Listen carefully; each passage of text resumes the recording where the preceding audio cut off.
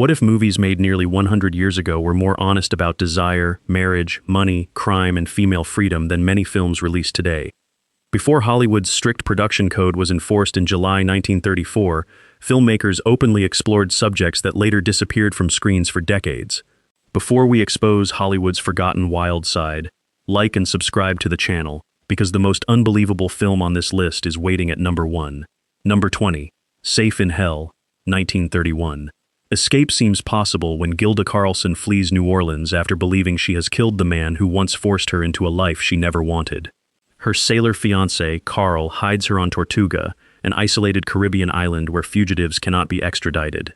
Safety, however, becomes another kind of prison. The hotel is filled with men avoiding justice, and nearly every one of them watches Gilda as though her loneliness makes her available. She rejects their advances while promising Carl that she will remain faithful until he returns. The tropical setting creates one of pre-code cinema's most uncomfortable atmospheres. Heat, alcohol, boredom, and predatory attention fill every room. Instead of presenting Gilda as morally ruined, the movie shows her trying to regain ownership of her life after exploitation and poverty have limited her choices. Her final confrontation with Piet, the man she believed she had killed, gives the story its tragic power. Gilda acts to protect herself, but the law offers little understanding. The ending is unusually bleak because she chooses death over surrendering to another powerful man's demands. William Wellman directs the film like an early noir, surrounding Gilda with shadows and damaged people. Modern movies may show more visually, yet few studio dramas are this hopeless about the options available to a socially condemned woman. Number 19. Murder at the Vanities, 1934. Backstage glamour hides a dangerous mystery as performers prepare for an extravagant musical revue. While producer Jack Ellery desperately tries to keep the show running, someone begins targeting people connected to the production.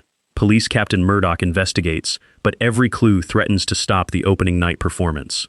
What makes the movie unforgettable is not simply the mystery, it is the astonishing musical material surrounding it.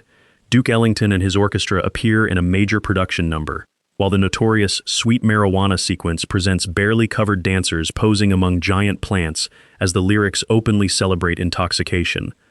The number was so daring that part of it was removed before release, although surviving material was later preserved. Meanwhile, the movie mixes glamorous costumes, jealousy, backstage relationships, racial tension, suggestive comedy, and crime, without trying to separate respectable entertainment from forbidden subjects.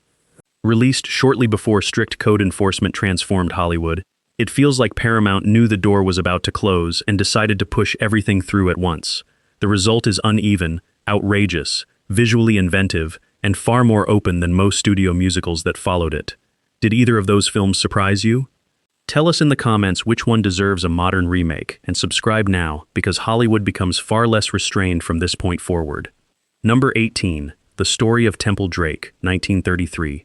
Privilege cannot protect Temple Drake, a restless Southern socialite whose reckless choices repeatedly worry the respectable people around her.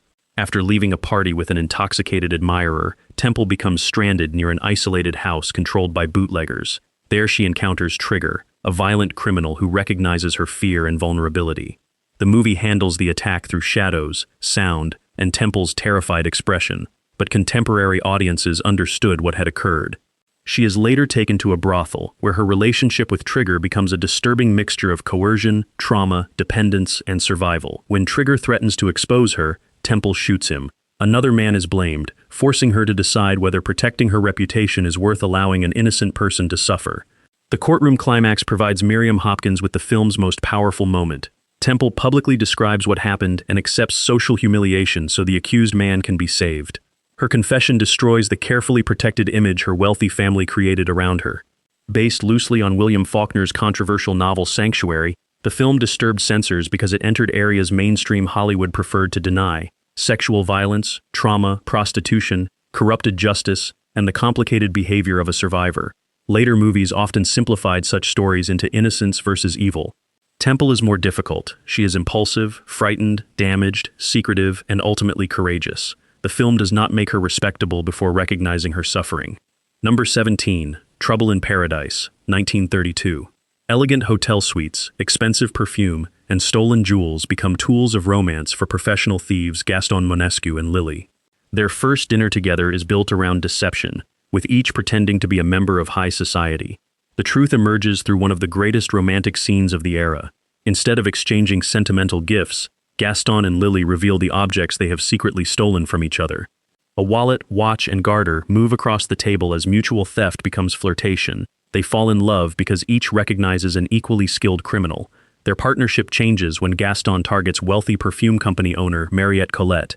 He becomes her secretary, planning to steal a fortune, but genuine attraction develops between them. Lily's professional jealousy becomes romantic jealousy, leaving Gaston divided between two women and two possible lives. Director Ernst Lubitsch never needs explicit dialogue to explain what happens behind bedroom doors. Clocks, staircases, closed doors, and missing clothing communicate everything. Yet the moral structure is startlingly relaxed. The thieves are charming, intelligent, and largely unpunished. Mariette understands that Gaston has deceived her but still helps protect him. Rather than forcing crime and desire into a lesson about respectability, the film celebrates people who recognize society itself as a performance. Its criminals behave with greater elegance than the supposedly respectable characters, and the ending allows them to escape together with romance, stolen property, and their sense of humor intact. Number 16, Three on a Match, 1932. Three former school friends meet again as adults and discover that life has carried them in completely different directions. Mary has become a performer, Ruth works as a secretary, and Vivian appears to possess everything society promised would create happiness: wealth, marriage, and a child. Yet boredom drives Vivian to abandon her husband and run away with gambler Michael Loftus. Her glamorous escape quickly becomes a nightmare involving alcohol, narcotics, neglect, criminals, and the kidnapping of her young son. Anne Dvorak's performance makes the decline feel frighteningly fast, as though one reckless decision has opened a trapdoor beneath her life. The most famous stretch arrives during the kidnapping plot. Vivian, now trapped with criminals, realizes that saving her son may require sacrificing herself. The film turns a fashionable socialite into a desperate mother without offering a comforting path between those identities. In barely more than an hour, the story addresses adultery, addiction, child endangerment, organized crime, and female dissatisfaction. It refuses to pretend that wealth protects anyone from emotional collapse. Bette Davis and Joan Blondell appear in smaller roles, but Dvorak controls the movie. Her character is judged, yet the film also recognizes the loneliness and emptiness that existed before her fall. Number 15, Night Nurse, 1931. A hospital becomes the entrance to a hidden world of corruption when Laura Hart trains as a nurse alongside the cheerful Maloney. Their friendship brings humor and warmth, but Laura soon accepts a private assignment caring for two dangerously ill children in a wealthy household. The children's mother spends her nights at parties, while the family doctor follows the instructions of chauffeur Nick, played with chilling confidence by Clark Gable. Laura gradually discovers that the children are being deliberately weakened as part of a plan to seize their trust fund. Several famous moments pushed contemporary boundaries. Laura and Maloney repeatedly change uniforms in front of the camera, while Nick physically intimidates Laura when she challenges him. More shocking is the film's presentation of respectable professionals cooperating with criminals, while an ordinary nurse becomes the only person willing to act. Laura does not wait for a powerful man to rescue the household.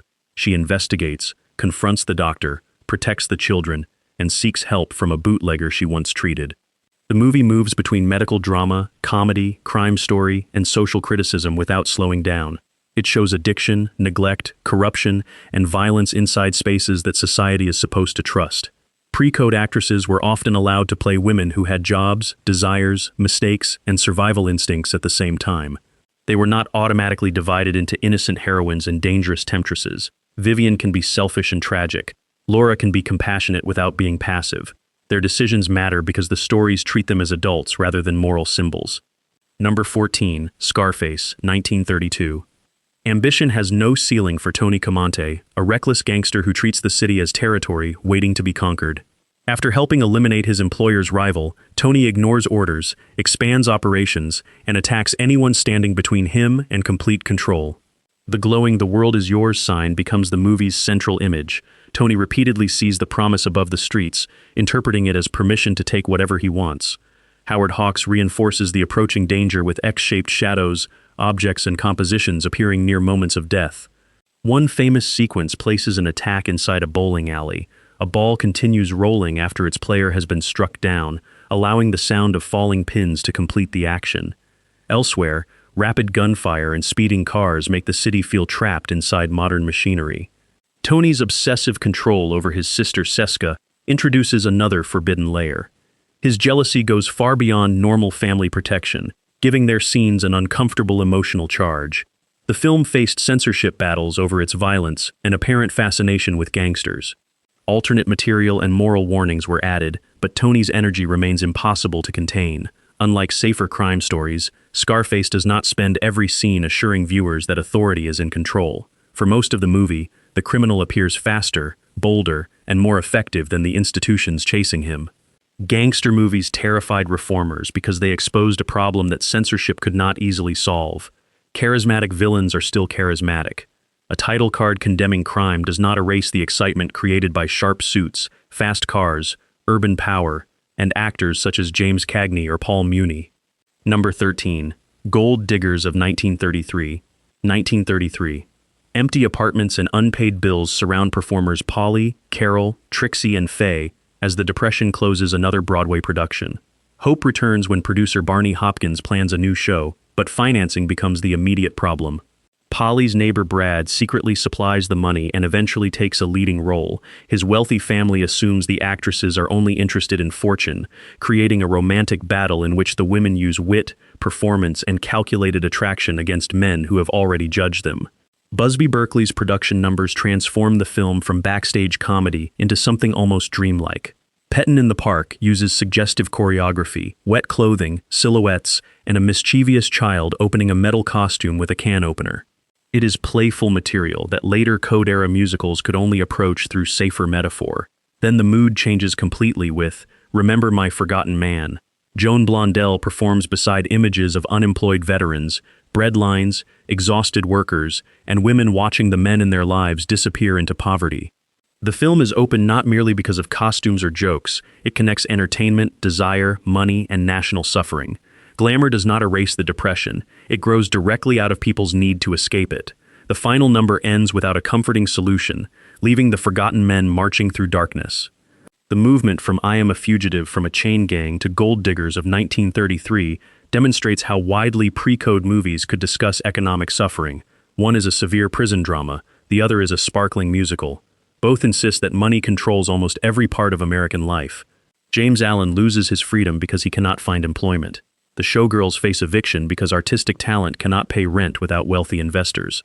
Romance becomes connected to survival, and respectable institutions repeatedly fail the people depending on them. Number 12. Red Dust, 1932. Heat, rain, jealousy, and isolation surround rubber plantation owner Dennis Carson in French Indochina. His rough life changes when wisecracking performer Vantine arrives, followed by engineer Gary Willis and Gary's refined wife Barbara. Dennis and Vantine immediately understand each other. Their attraction is playful, physical, and free of romantic illusion. Trouble begins when Dennis becomes involved with Barbara, forcing Vantine to watch him chase a woman whose social position makes her appear more respectable. Jean Harlow's famous rain barrel bath captures the movie's attitude perfectly. Vantine casually washes outdoors while Dennis speaks with her, turning a scene of partial undress into comedy rather than shame. Later, Harlow's reading of a romantic book while mocking its dramatic language shows that Vantine understands exactly how artificial polite romance can be. Barbara eventually shoots Dennis during an emotional confrontation, but Vantine helps protect her reputation by pretending the incident was only a foolish accident involving herself.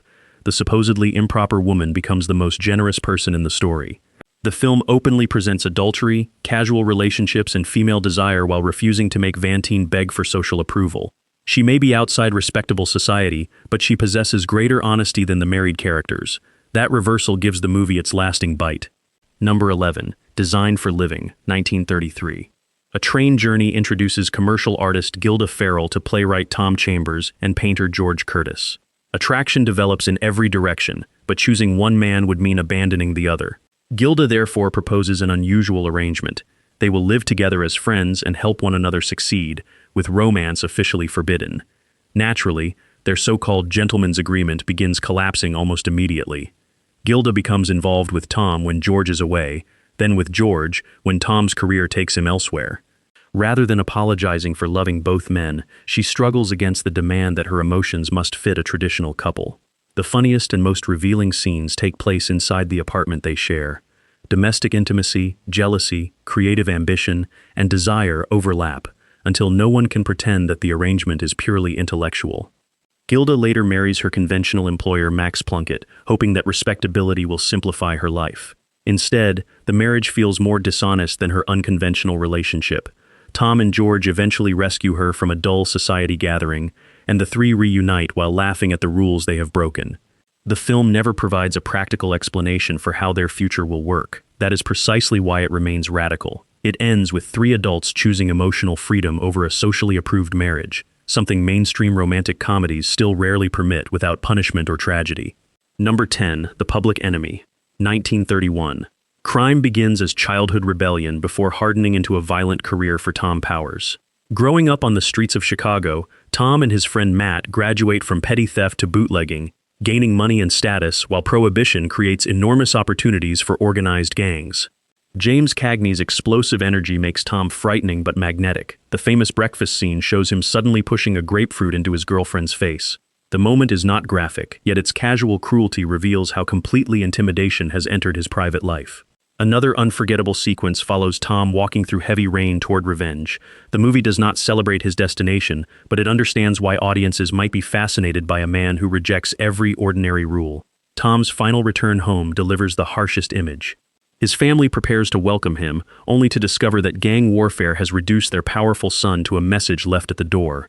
Later gangster films were often required to place stronger moral distance between the audience and criminal protagonists. Here, the attraction remains uncomfortable. Tom is brutal, selfish, loyal, funny, and doomed at the same time. The film trusts viewers to experience fascination without confusing it with approval. Number 9. Tarzan and His Mate, 1934. Civilization returns to the jungle when Harry Holt leads an expedition seeking ivory from an elephant burial ground. He also hopes to persuade Jane Parker to leave Tarzan and return to England, but Jane has embraced her new life completely. Unlike many later adventure heroines, she does not spend the film waiting to be rescued from the jungle. She openly prefers Tarzan, wears revealing clothing, mocks European expectations, and expresses physical happiness without embarrassment. Her confidence makes the so-called civilized visitors appear uncomfortable and dishonest. The most famous scene begins when Tarzan and Jane dive into the water. Jane removes her clothing and swims beside him in a long underwater sequence performed partly by Olympic swimmer Josephine McKim. The images were removed from numerous prints and shortened in others, creating different surviving versions. The sequence is not presented as shameful or dangerous. It shows two people moving freely through nature, away from the rules carried by the expedition. That relaxed attitude made the scene more threatening to censors than simple exposure. Danger eventually arrives through ivory hunters, hostile tribes, lions, crocodiles, and a violent attack on the expedition. Tarzan commands elephants during the climax, turning the jungle itself against the invaders.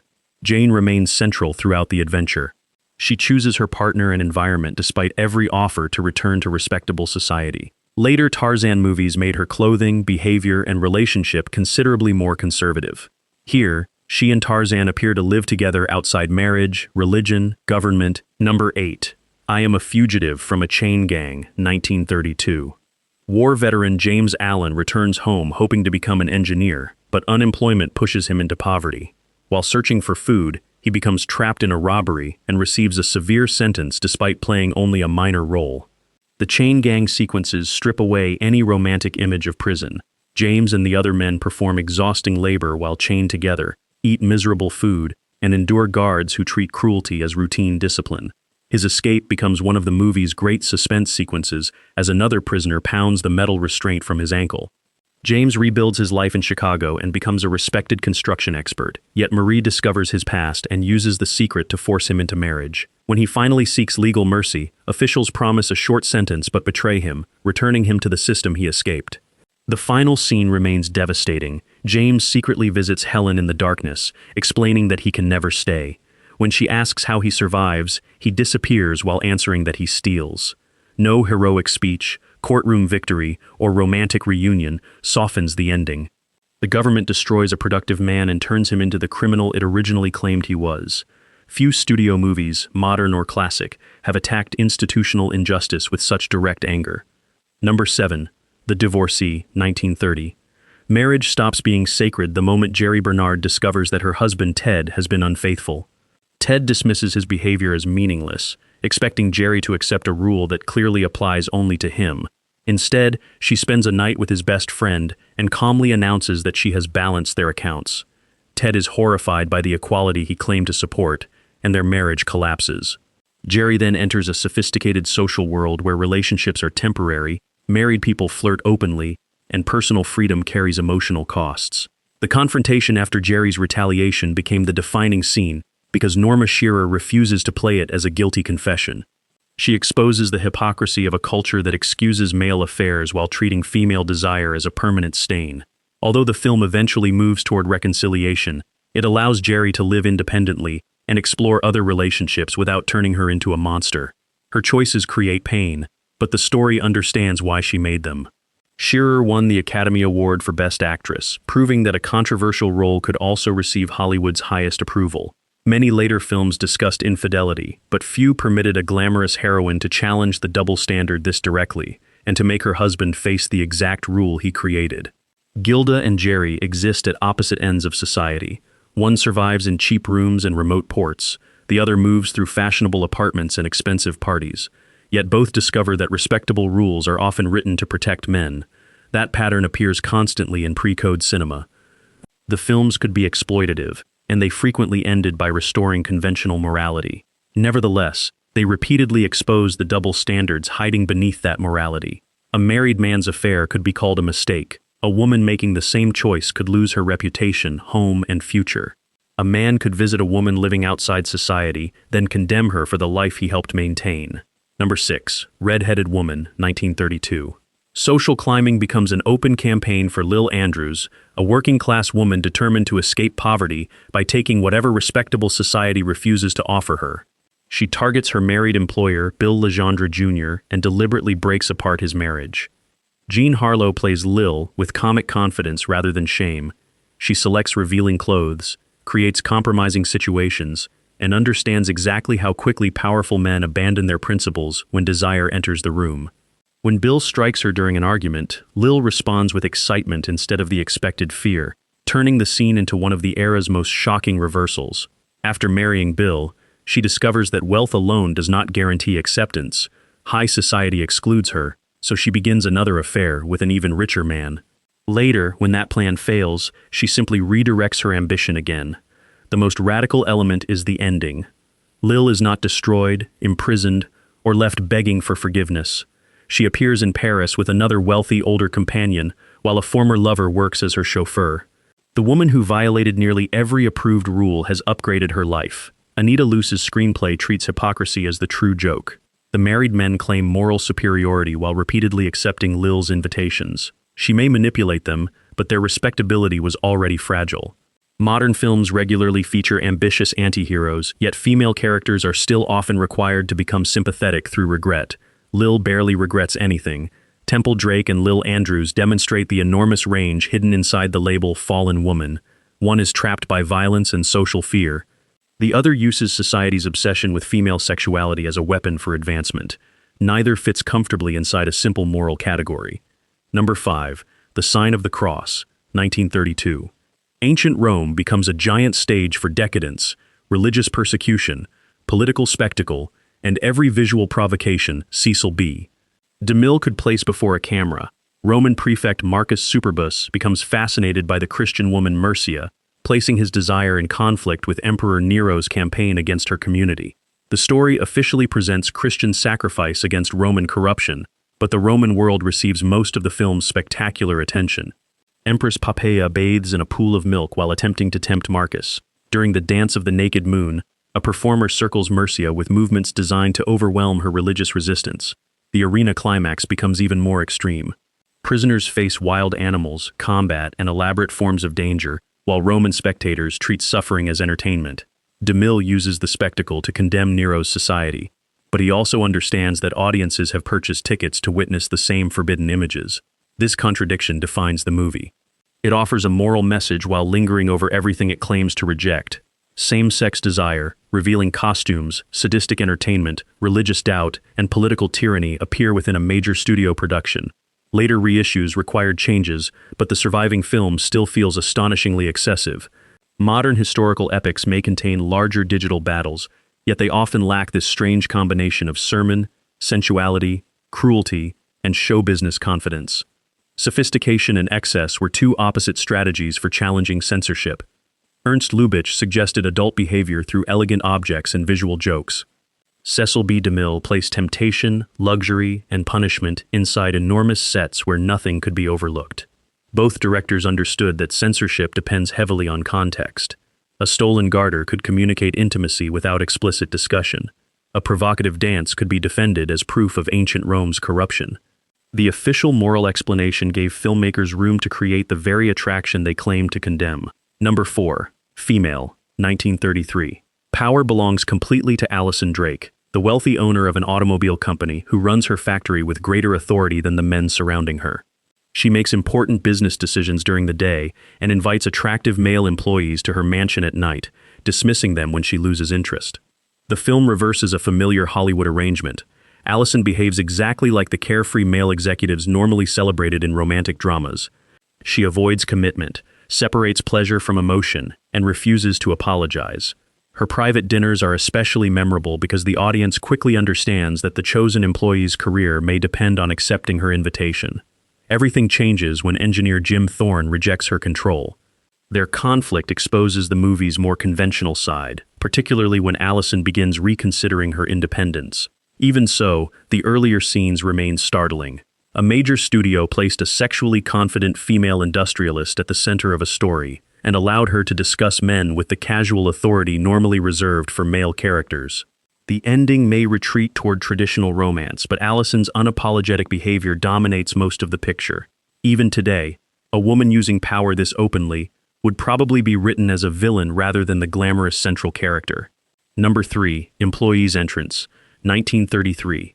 Corporate ambition becomes almost monstrous inside Franklin Monroe and Company, a giant department store controlled by Kurt Anderson.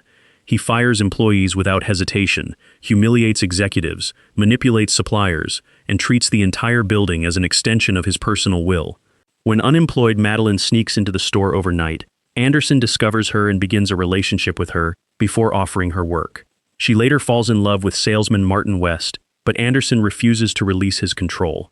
He interferes with their marriage and uses professional pressure to invade their private lives. One of the film's most disturbing strengths is its refusal to pretend that workplace exploitation is caused by simple misunderstanding. Anderson understands the fear he creates and considers it necessary for success. Even after his behavior destroys lives, the store continues to reward his results. The famous confrontations between Anderson and his employees feel remarkably current. Workers worry about unemployment, executives protect profits, and personal boundaries disappear whenever the company demands sacrifice. The movie also connects economic power with romantic access more directly than most modern workplace dramas. Rather than presenting the corporation as a friendly family, it shows thousands of employees entering a system in which one powerful man can decide their income, future, and dignity. These films were daring for another reason. Their powerful characters were not required to become pleasant before the audience could find them fascinating. Allison Drake may abuse her authority, while Kurt Anderson is openly ruthless, yet both remain energetic, intelligent, and dangerously watchable. Number 2. Madam Satan, 1930. A troubled marriage somehow becomes a musical, a costume drama, and an airborne disaster in Cecil B. DeMille's wonderfully strange experiment. Angela Brooks discovers that her husband Bob is spending time with another woman named Trixie. Instead of quietly accepting the betrayal, Angela invents a mysterious new personality and attends a lavish masquerade party aboard a giant airship. The unforgettable sequence begins when Angela appears in a daring, devil-inspired costume, calling herself Madam Satan.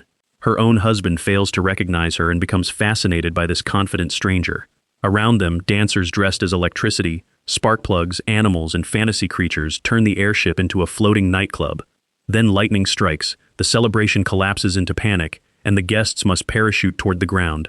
Beneath the spectacle is a surprisingly open story about attraction, marital boredom, role-playing, and a woman deliberately reclaiming control over her romantic life. Modern relationship comedies often discuss similar subjects, but few would place them inside a glamorous party aboard a doomed Zeppelin. Number 1. Babyface, 1933. No film captures pre-code Hollywood's dangerous freedom more completely than Barbara Stanwyck's ruthless, wounded, and unforgettable rise through corporate America. Lily Powers grows up in a filthy industrial town where her father forces her to entertain male customers inside his illegal drinking establishment. After his death, Lily refuses to remain trapped. An older cobbler encourages her to use men instead of allowing men to continue using her. Accompanied by her loyal friend Chico, Lily travels to New York and enters a bank with almost no money or social position. Her climb is represented through the building itself. After attracting one employee, the camera moves upward to the next floor. Each new relationship produces a better job, richer clothing, and greater access to powerful executives. The repeated exterior shots transform the skyscraper into a ladder built from desire, ambition, and exploitation. One famous sequence quietly shows an executive entering Lily's apartment at night and leaving the following morning. Another reveals the consequences when two men connected to her become consumed by jealousy. The movie never pretends her strategy is harmless, but it also refuses to forget why she created it. Censors demanded changes before release. Dialogue encouraging Lily's exploitation of men was rewritten, scenes were removed, and a more morally acceptable ending was created. The longer pre-release version was rediscovered decades later in the Library of Congress collection. What makes Lily more modern than many contemporary heroines is not simply her sexuality, it is her awareness of economic power. She understands that wealthy men have always used women, so she reverses the exchange and takes control of the price. The film remains troubling, intelligent, and impossible to reduce to empowerment or punishment alone. Lily is survivor, manipulator, victim, executive, lover, and social critic, all inside approximately 75 minutes. And that is why Tarzan and his mate and babyface stand at the top. Their openness is not based only on what audiences see, it comes from the lives their characters choose. So, were pre-code movies truly more open, or has modern Hollywood simply replaced old censorship with safer formulas? These 20 films prove that black and white cinema was never as innocent as people imagine. Tell us which entry surprised you most, and name another daring pre-code classic we missed. Like the video, share it with a movie lover, and subscribe for more forgotten films Hollywood history tried to hide.